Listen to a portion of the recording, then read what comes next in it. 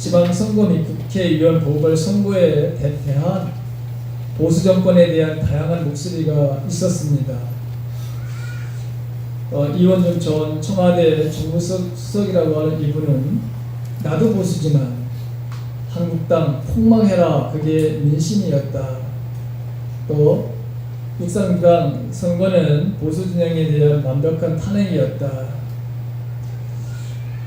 보수는 대통령 탄핵, 대선 패배에도 변화를 거부하고 2007년도 친노처럼 반성도 안 해서 이런 바로 대패를 가져온 것이다, 이렇게 말하는 사람들도 있습니다. 또 물러나지 않으니까 유권자가 물러나게 한 것이다, 이렇게 말하는 분도 있고요. 윤여준 전 청와대 환경부 장관이었던 이분은 보수층인 한국당 그러면 보수인데 그렇게 생각하는 그게 수치스럽게 하는 이가 너무나도 많다. 문제 의식이 그 사람들은 없었고 방향감도 없고 어젠다도 곧 내놓았다.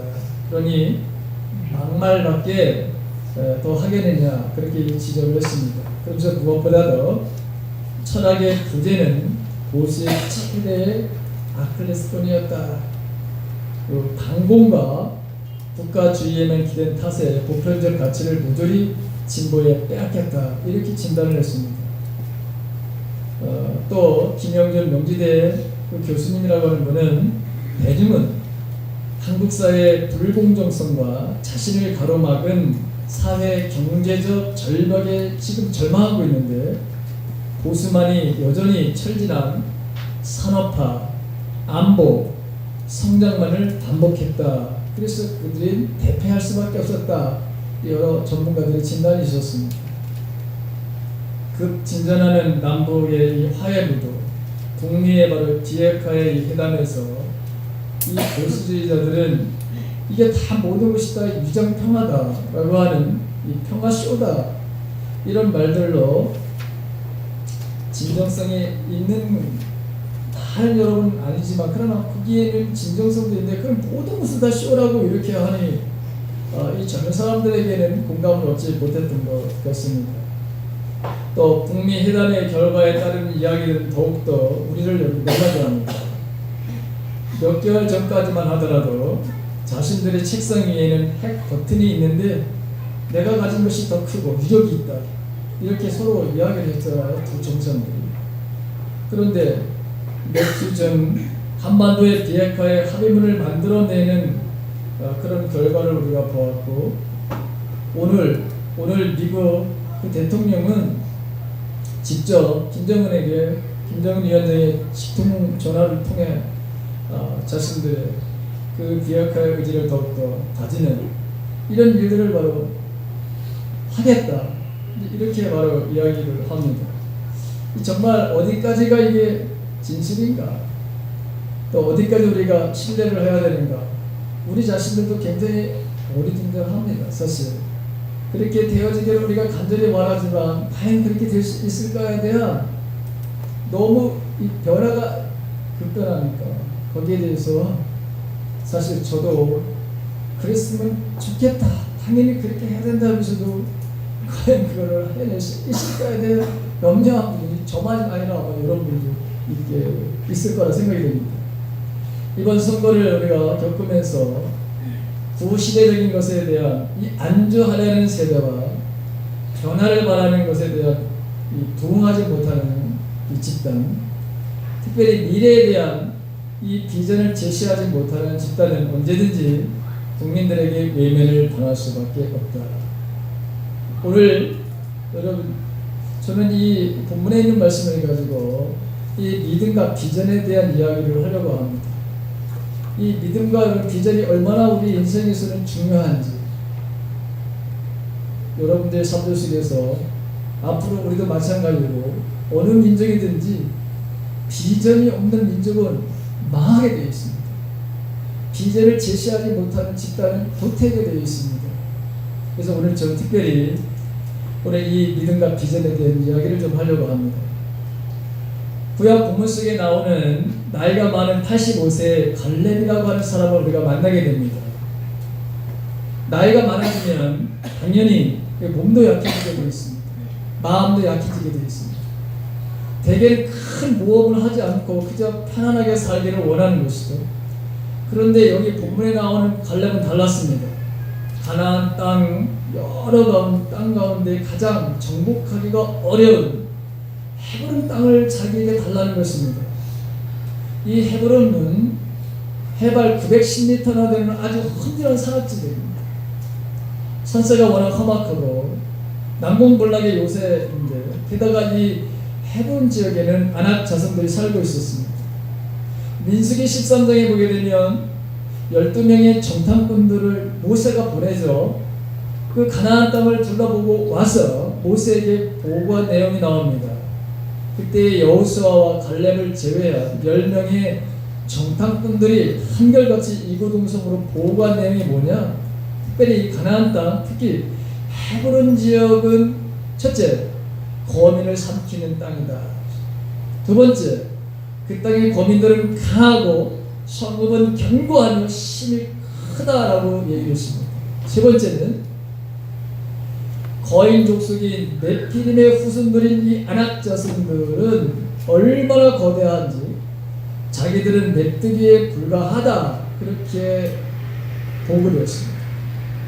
이 아낙 자손들이 얼마나 기골이 장대한지, 그리고 거인이었는지 자기들을 메뚜기가 이렇게 비교를 한 거예요. 근데 갈렙은 바로 이 땅을 자청해서 자기에게 지금 달라는 것입니다. 남들이 다 두려워서 피하는 땅을 갈렙은 정복을 해보겠다고 그렇게 지금 나서고 있는 것이죠. 그것도 젊은이가 아니라 85세의 노인이 이 험난한 이 산악지역, 그 다음에 아낙 자손이 살고 있는, 거인들이 살고 있는, 도무지 정복이 불가능한 것 같은 이 산지를 나에게 달라, 이렇게 말하고 있습니다. 자, 먼저 저는 갈렙이 어떤 사람이며 그에게 어떠한 바로 장애물을 극복해야 되는지를 먼저 말씀을 드리려고 합니다. 갈렙은 도대체 어떤 사람이길래 이런 바로 모험을 할까? 이런 비전을 바로 품었을까? 그리고 이걸 어떻게 바로 이루면 그 과정 속에서 어떤 것을 먼저 그는 극복을 해야 되는가라고 하는 것이죠. 첫 번째 한번 보십시다. 자, 첫 번째 같이 읽습니다. 시작.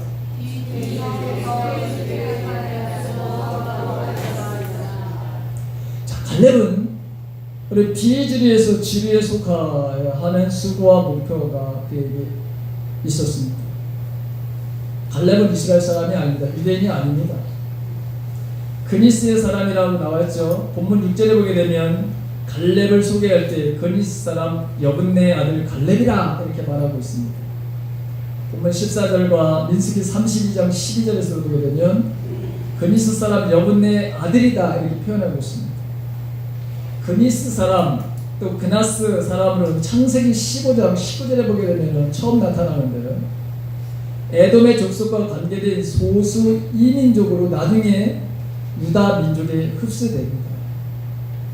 중요한 것은 갈렙이 순수 유대 혈통이 아니었음에도 불구하고 비주류에서 주류에 속하는 사람이 되었다고 하는 것입니다. 마치 기생 라합이나 다윗의 증조모인 룻과 마찬가지로 정통 이스라엘 출신이 아닌 이방인으로서 이스라엘 역사의 주류가 되었다고 하는 것이죠. 이 갈렙은 인종적인 장벽을 뛰어넘어 이스라엘 주류에 진입한 사람입니다. 유난히 혈통의 순수성을 따지는 이 유대 사회에서 결코 쉬운 일이 아니었습니다. 이걸 이겨내야 됐습니다. 그가 주류가 된 이유는 그럼 어디에 있었을까? 오늘 성경에 물어보게 되면 그는 적극적이고 열정적인 그 믿음에 있었다고 하는 것이죠. 하나님 앞에 충성했다라고 하는 표현을 2번이나 사용하고 있습니다. 애굽을 탈출한 1세대의 바로 사람들 중에는 가나안 땅에 들어간 사람은 오직 여호수아와 갈렙뿐이었습니다. 일반 백성들은 말할 것도 없고 모세의 형 아론과 누나인 미리암도 들어가지 못했고 심지어 출애굽의 최고 책임자인 모세도 요단강 건너편에 있는 그리고 그 동쪽에서만 거기 땅만 밟아봤지 실제로 요단강을 건너 가나안 땅을 거기 들어가지 못했습니다. 그런데 이스라엘 후손이 아닌 그니스 사람 갈렙이 가나안 땅을 밟았다고 하는 것이죠. 그에게 있었던 것은 그가 이런 빈지리에서 지루로 넘어갈 수 있었던 것은 하나님에 대한 그에게 이런 말을 들었죠. 이런 거에 이런 말로 설명이 바로 없다고 합니다. 그걸 바로 극복했다고 합니다. 여러분, 저와 여러분들도 언제나 하나님은 우리를 지루로 만드시는 분이십니다. 우리를 지루로 만드시고 그래서 하나님의 역사를 만들어 다시 이루십니다. 그리고 절대로 우리를 비지루라고 생각하지 않기를 간절히 바랍니다. 두 번째 극복해야 될 게 뭐냐? 같이 읽어봅시다. 시작. 갈렙은 자신의 이치와 질서에 순종해야 했습니다. 갈렙은 여호수아와 마찬가지로 지파의 우두머리였습니다. 40일 동안 우두머리로서 가나안 정탐을 했던 사람입니다. 여호수아와는 친구이기도 하고 하지만 라이벌 관계였을지도 모릅니다. 왜냐하면 갈렙의 바로 이름이 나오는 것에는 반드시 여호수아의 이름이 함께 나옵니다. 흥미로운 것은 눈의 아들 여호수아와 여분네의 아들 갈렙이라고 해서 여호수아의 이름을 갈렙의 이름보다 앞서 나오는 성경 구절이 있습니다. 민수기 14장 16절, 14장 38절 같은 데 보면 먼저 여호수아의 이름이 나옵니다.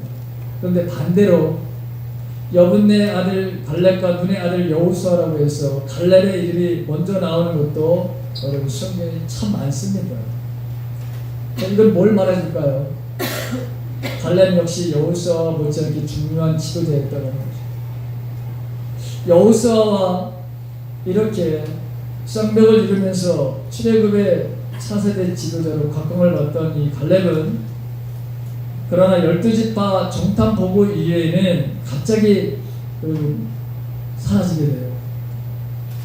그동안 갈렙에게 무슨 일이 있었는지 성경은 기록할 줄 알아요. 그러다가 오늘 본문에 나옵니다. 반면에 여호수아는 모세를 길을 이어서 이스라엘 민족의 차세대 지도자로 붙었습니다. 그래서 오늘 본문의 말씀을 보게 되면 가나안 땅을 분배받게 될 때 갈렙은 사령관인 여호수아 앞에서 헤브론의 바로 산지를 여러분 정중하게 달라고 요청을 합니다. 한때 자기와 나란히 가나안 정탐을 했던 사람이고 45년 동안 광야에서 똑같이 여러분 그 어려움을 겪었던 바로 사람이기도 합니다. 근데 여호수아는 이스라엘의 바로 최고 지도자가 되었습니다.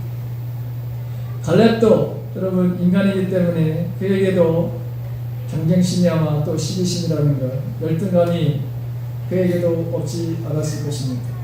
그러나 갈렙은 이 모든 바로 장벽들을 이겨냅니다.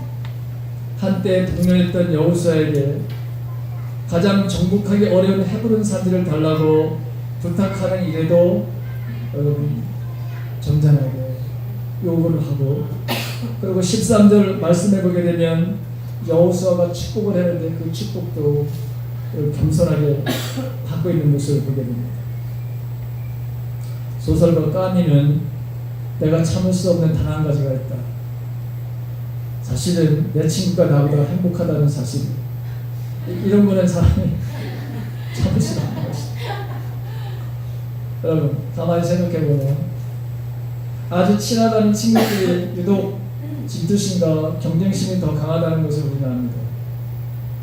공부를 바로 1등하는 사람들과 적어도 15등하고 30등 하고 하면 질투할 이유가 없습니다. 너무 멀어. 그런데 1등하고 2등 사이를 보게 되면 사이가 바로 심각하게 있는 것을 보게 돼요. 여기 선생님도 계시지만 그 아이들 그런 아이들 종종 아마 선생님들은 보고 공감이 될 것입니다. 공부를 잘하는 사람들끼리, 아이들끼리, 심지어는 바로 얼굴이 잘생긴 친구들끼리,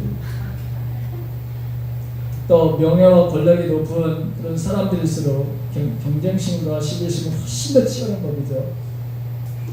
서로 상하관계가 되어서 차이가 많이 날 때는 아무 상관이 없어요.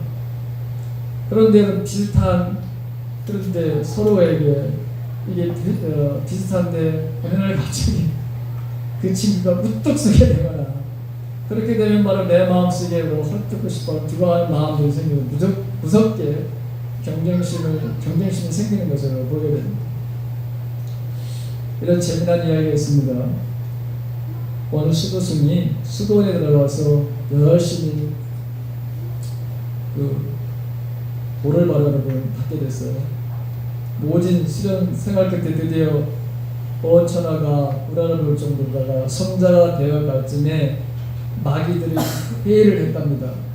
이 수도승을 어떻게 하면 타락시켜보자. 그래서 마귀의 제자들이 유혹을 했습니다. 때로는 금덩이로. 눈 하나 깜짝하지 않습니다. 이번에는 미인계를 썼습니다.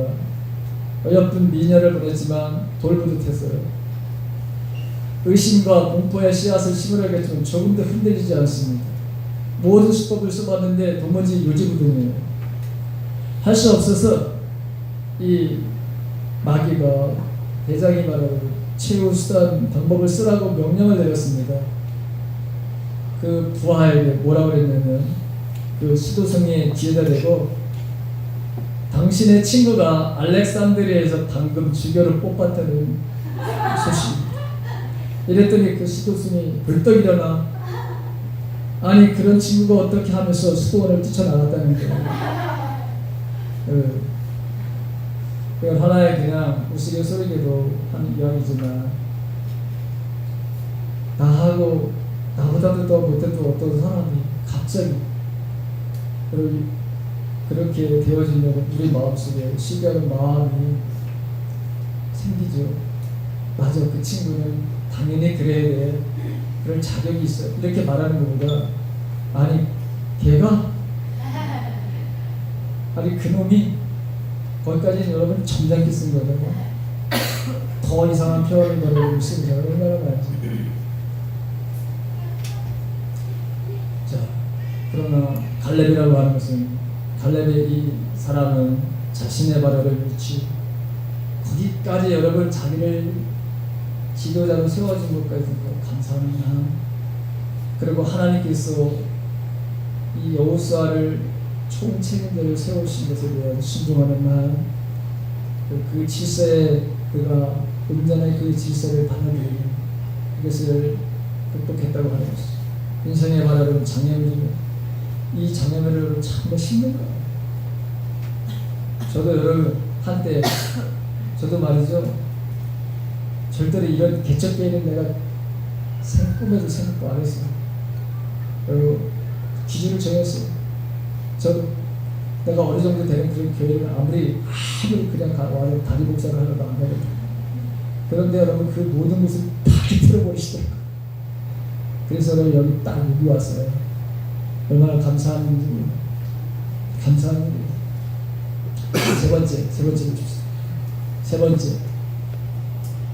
세 번째 극복해야 될 장애물이 그에게 있었던, 한번 시작. 너령이라고 하는 나의 장벽을 비전과 믿음으로 극복해야 했습니다. 오늘 이 30대가 헤브론 산지를 좀 달라고 요구했다면 이해가 되지만 85세 노인이 달라고 합니다. 흔히 정신적인 나이와 육체적인 나이가 구분되는데, 어떤 사람은 나이가 80이 돼도 정신 연령대에는 30대의 그런 생각을 가지고 살아가는 사람이 있는가 하면, 육체적인 나이는 겨우 30인데 정신을 말하면 80대에 그런 생각을 가지고 있는 사람들이 있습니다. 나의 숫자에 불과한 것이지만 우리의 정신과 태도가 훨씬 바로 중요하다는 것이죠. 갈렙은 바로 85세입니다. 육체적인 나이를 비전과 믿음과 강인한 정신력으로 그가 극복해야 했습니다. 본문 오늘 우리가 읽은 6절서부터 14절의 말씀을 보게 되면 나이를 뛰어넘는 이 갈렙의 위대한 비전과 하나님의 약속에 대한 믿음이 있는 것을 보게 됩니다. 갈렙은 45년 전에 하나님께서 모세를 통해서 자기에게 주셨던 약속의 말씀을 그가 잊지 않았다는 거예요. 그토록 바로 긴 세월이 지났습니다.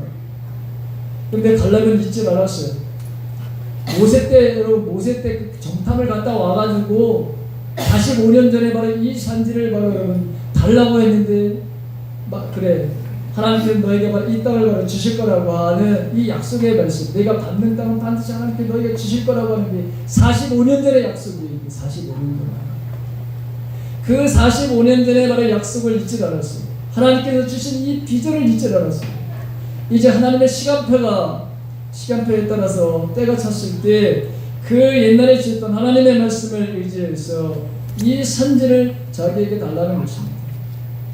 이 약속을 이루기 위해서 하나님께서는 자기를 45년 동안이나 살아남게 하셨다. 나 45년 동안 나를 살아남게 하신 이유가 뭐냐? 이 바로 선지를 나에게 주시고자 하는 뜻이 여기에 있다라고 이렇게 이야기를 하는 것이죠. 그러면서 비전을 이루기 위해서 나는 45년 전에 정탐꾼의 활동을 그때 했던 그때나 지금이나 여전히 나는 하나님께서 나에게 주신 비전의 꿈을 가지고 있다. 그 약속들을 이루실 것을 나는 반드시 나는 그것을 이룰 거라고 하는 확신이 나에게 있다. 그러면서 믿음을 바라고 보여주는 거예요. 그런 비전이 없는 개인, 비전이 없는 그런 나라는 망한다고 되어 있어요. 성경에. 그런 비전을 우리의 겉사람은 여러분 낡게 되어 있어요. 나이를 먹으면서 주름이 생겨요. 그렇지 여러분? 생기잖아요. 일부러 말이 튀려고 하시지 마세요. 생기는 거 어떻게 할 거야? 그걸 돌을 쳐발라가지고 정말 제가 이런 심각하게 얘기를 하는 거예요. 심한 그런 있는 대로 사십시다. 얼마나 아름다운 여러분들이 가지고 있는 거예요. 딴 생각하지 말고 그 돈으로 이웃을 도우면서 하나님의 뜻에 않는 삶 살아요. 그럼 하나님께 정말 여러분들에게 더 아름다운 피부를 주시고 더 여러분 팽팽하게 하실 거예요. 자, 우리의 인생은 그렇게 되어 있어요. 그렇지만 항상 하나님의 말씀을 붙들고 살아가는 사람들, 약속을 이루는 사람들은 약속을 이루실 거라고 그 믿음을 가지고 있는 사람입니다. 어떻게 결과가 나오면요, 15절에 보니까 그 땅에 전쟁이 그쳤다고 했어요. 그 땅에 전쟁이 그쳤다는 게 뭐예요? 싸움이 이미 다 끝났다. 그래서 평화를 가져오게 됐다. 그래서 다음 장에 보게 되면 여호수아 15장 13절부터 19절에 있는 말씀 보게 되면 갈렙이 바로 헤브론 땅에 살고 있던 토착민들을 다 쫓아내고 그 산지를 점령했다. 그래서 갈렙에 의해서 이것이 하나님의 약속의 말씀이 이루어졌다라고 하는 것을 증거하고 있어요. 자, 오늘 신약에 가게 되면 말이죠. 바울이 이게 예루살렘을 향해서 올라가. 바울의 마지막 목적지는 로마로 가는 곳이었는데 왜 로마로 가는 배를 타지 않고 예루살렘을 향해서 가려고 했을까? 그의 마음이 변했을까요? 그의 목적지가 여러분 변했을까요? 예루살렘에 올라가면 교회와 성도들로부터 그동안 여러분 수고한 것에 대한 위로와 칭찬과 더불어 영광이 바로 기다리고 있었을까요? 아닙니다. 그게 비전이 바로 달라진 것도 아니고 꿈도 달라진 것도 아니고 목적지도 여러분 달라진 게 아닙니다. 예루살렘에 올라가면 지금까지 모든 수고가 끝나고 칭찬과 위로와 영광이 기다리지 않습니다. 오히려 예루살렘에 올라가게 되면 지금까지 당한 것 못지않게 혹독한 바로 고난이 그에게 기다리고 있었음을 누구보다 잘 알고 있습니다. 오늘 두루에서 한두 주간 머물 동안 성령의 감동을 받은 제자들이 바울에게 예루살렘에 올라가지 말라고 극구 말립니다. 우리가 읽지 않았지만 보십시오. 21장 4절 말씀을 같이 읽습니다. 같이 시작. 제자들이 찾아가 거기서 이래를 먹으려니 제자들이 성령의 감동으로 다음으로 예루살렘에 들어가지 말라. 분명히 성령의 감동으로 예언을 했습니다. 예루살렘에 올라가지 말라. 그런데 이런 바로 날림에도 불구하고 바울이 안쓰러워하면서 눈물을 흘리며 이별을 합니다. 바울은 다시 예루살렘으로 가기 위해서 배에 올랐습니다. 자, 바울이 빌립보 집사라고 하는 집에 머무르는 동안에 똑같은 일이 여러분 벌어집니다. 앞으로 예루살렘에 큰 흉년이 될 거라고 미리 예언한 사람이 있었는데 그 사람이 바로 아가보라고 하는 사람이었거든요. 근데 실제로 그렇게 되었습니다.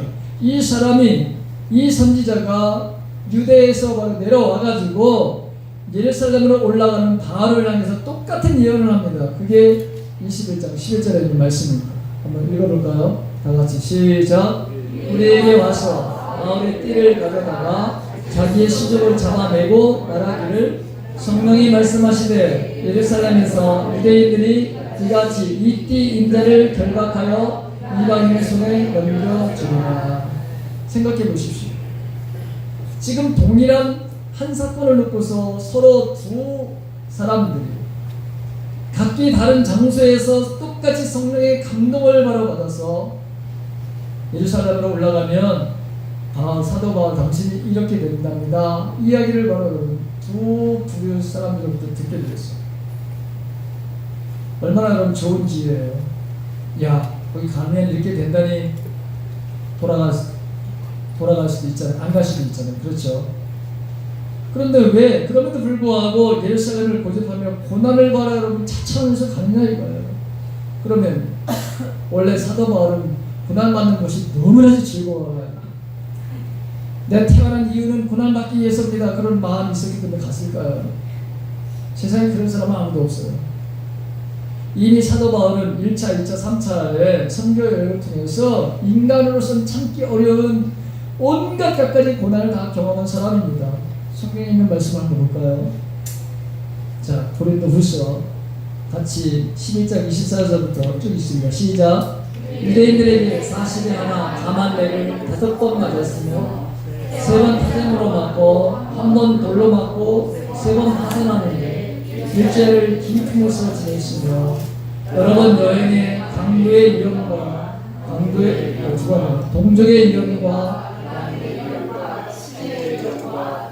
강대의 위험과 바다의 위험과 거짓 선지자의 위험을 당하고 또 수고하며 애쓰고 여러 번 자지 못하고 죽으며 목마르고 여러 번 굶고 춥고 굶었습니다. 이게 바울이 복음을 전하면서 당했던 고난입니다.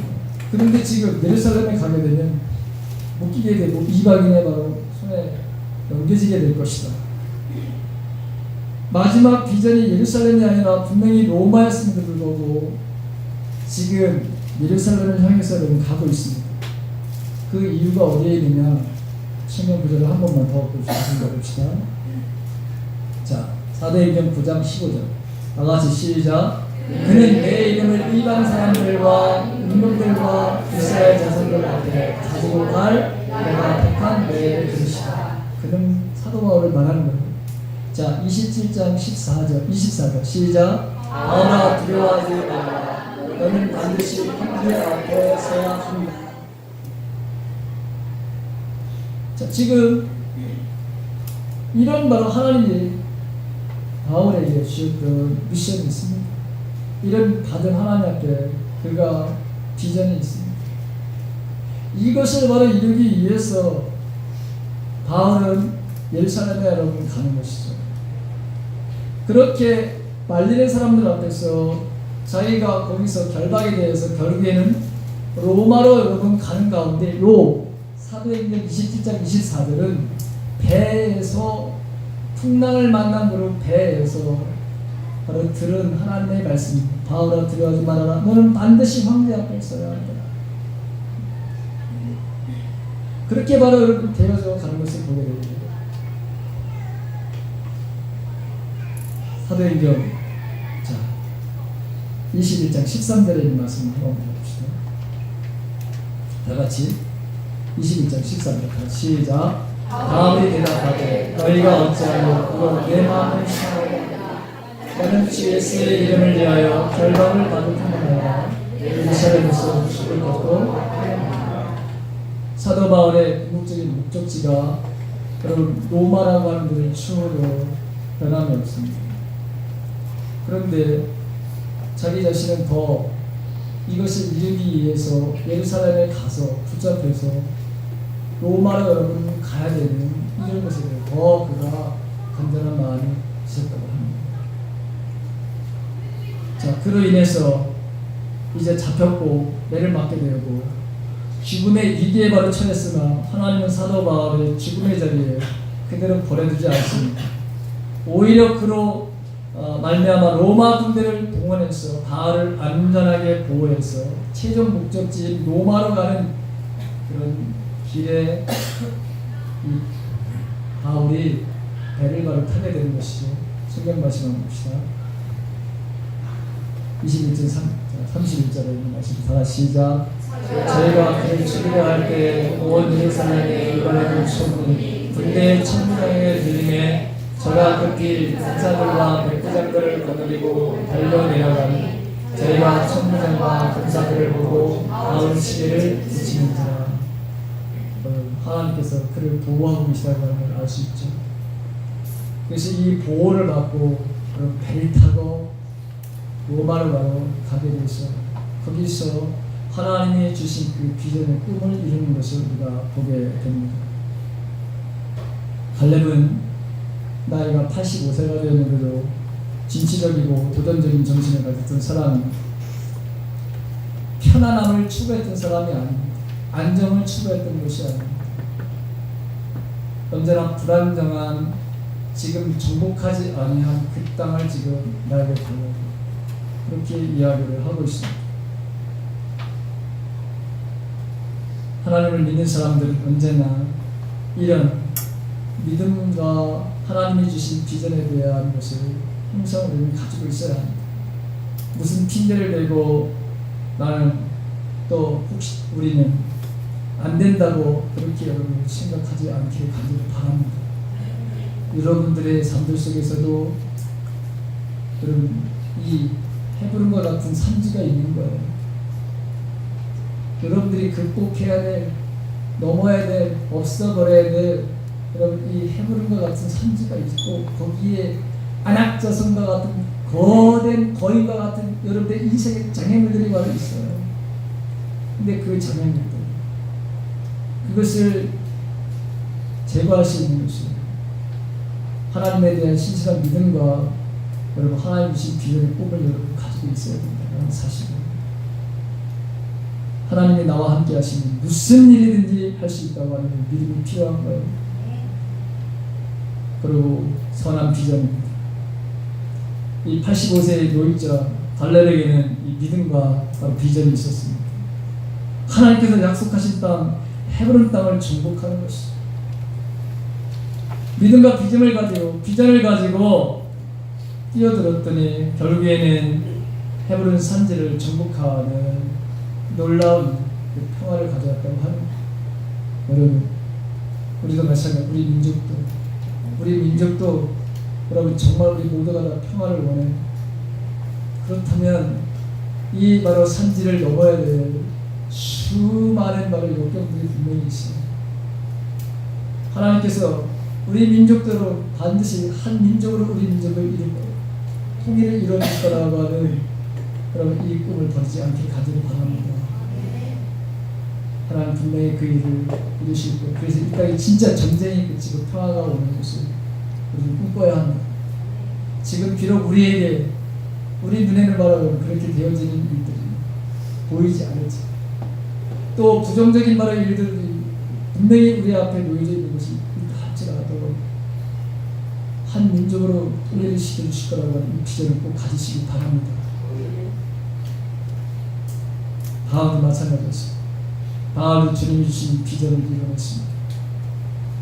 똑같습니다. 오늘날도 마찬가지로 믿음과 비전을 품은 사람들을 통해서 하나님 일을 하시는 거예요. 우리에게도 그런 비전이 있습니다. 우리 교회에도 여러분 주신 비전이 있습니다. 우리도 2023년에 우리가 품은 비전입니다. 우리도 이 4km 안에 있는 노숙자들과 소녀 가정들 비전계를 걸어 섬기는 공동체가 될 거라고 하는, 그렇게 해줄 거라고 하는 비전을 가지고 우리가 기도하고 있습니다. 그리고 적어도 10개 정도 되는 해외 선교를 하는 그런 공동체가 될 것에 대한 비전을 가지고 우리가 지금 나아가고 있습니다. 저는 먼저 이 일을 이루실 하나님을 찬양합니다. 이루실 것입니다. 45년 동안에는 한 번도 갈렙은 그 비전을 잃어버리지 않았습니다. 그리고 45년 후에 이 일을 성취하시는 것을 우리가 보게 됩니다. 새 역사를 만들어가는 주님의 일꾼으로 저와 여러분들이 쓰임받기를 주님의 이름으로 간절히 축원합니다. 이 시간을 같이 한번